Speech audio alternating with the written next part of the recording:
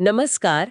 आज हम एक कहानी के दिल में उतर रहे हैं जिसका टाइटल है जब चांद को मिला समंदर। हम्म। ये कहानी आरव और मीरा की कहानी के जरिए प्यार, इमोशनल कनेक्शन और वो जो कहते हैं ना वल्नरेबिलिटी और रिश्तों में मौजूदगी मतलब प्रेजेंस, इन जैसे गहरे एहसासों को छूती है। ओके। तो हमारा मकसद है कि कहानी के जो अहम मोड़ हैं और जो इसके अंदर छुपे संदेश हैं उन्हें थोड़ा खोलकर समझें।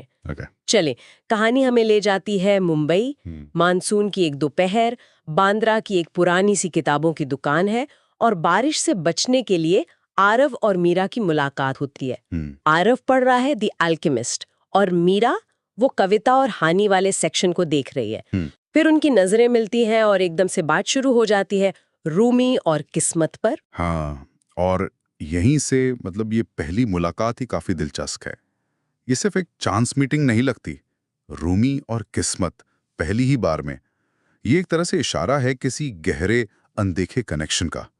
कहानी में एक लाइन भी है, आपने नोटिस किया होगा, जैसे किसी ऐसे व्यक्ति को पहचान लेना जिससे आप जानते ही नहीं थे कि आप याद कर रहे हैं। ये सिर्फ फर्स्ट इंप्रेशन वाला प्यार नहीं लगता, कुछ कुछ रूहानी सा है इसमें। हाँ बिल्कुल, जैसे पहले से कुछ लिखा हो और इसके बाद वो धीरे धीरे करीब आते हैं।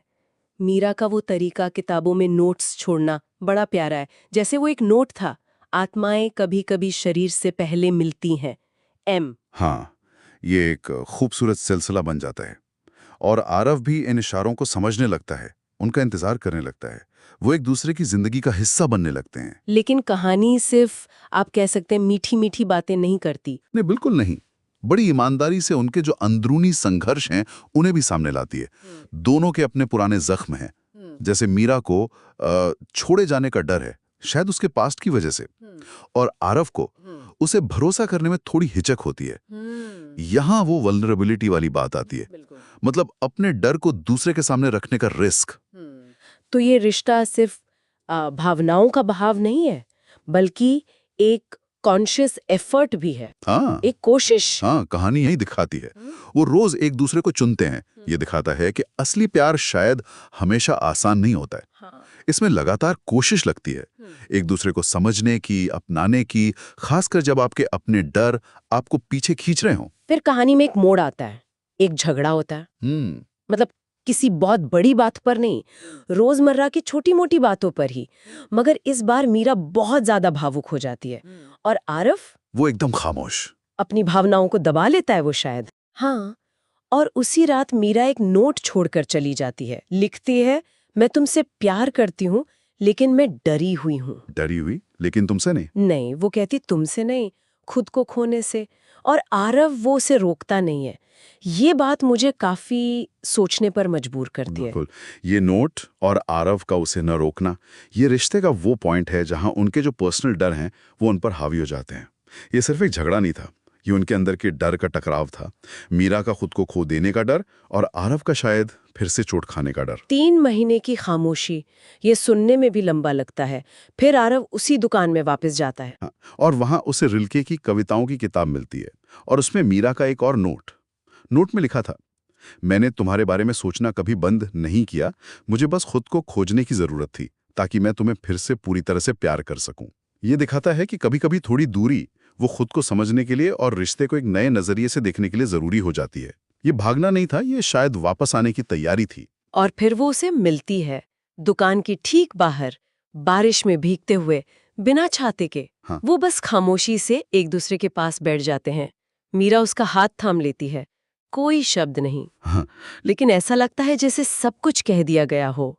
ये खामोशी बहुत कुछ बोलती है ना। यकीनन, ये जो सुलह है ये शब्दों से कहीं ज्यादा गहरी है। ये एक तरह की समझ है, एक स्वीकृति है। कहानी के आखिर में वो हमेशा साथ रहने का वादा नहीं करते हैं, जो कि काफी इंटरेस्टिंग है। हाँ, ये ट्रेडिशनल नहीं है। इसके बजाय वो उपस्थिति का वादा करते हैं, मतलब एक दूसरे के लिए मौजूद रहने का, एक दूसरे की फीलिंग्स को समझने का और साथ साथ पढ़ने का, चाहे रास्ते में उतार चढ़ाव क्यों ना आए। और वो हर साल उसी बरसात के दिन उस दुकान पर लौटते हैं, एक रस्म की तरह। सही। और अगर हम इसे थोड़ा बड़ा करके देखें तो ये कहानी शायद मैच्योर लव की एक अलग तस्वीर पेश करती है। ये सिर्फ जुनून या बड़े बड़े वादों के बारे में नहीं है। ये रोजमर्रा की जिंदगी में एक दूसरे के लिए लगातार मौजूद रहने के बारे में है, मुश्किल वक्त में साथ निभाने और एक दूसरे की कमियों को, अपूर्णताओं को स्वीकार करने के बारे में ज्यादा है। ये हमेशा के भारी भरकम वादे से ज्यादा अभी की सच्चाई और ईमानदारी पर फोकस करती है। तो मतलब उपस्थिति या प्रेजेंस का मतलब सिर्फ फिजिकली साथ होना नहीं है। बिल्कुल नहीं, उससे कहीं ज्यादा है। ये इमोशनली मौजूद होना है, ध्यान से सुनना, बिना जज किए साथ देना, दूसरे के नजरिए को सच में समझने की कोशिश करना।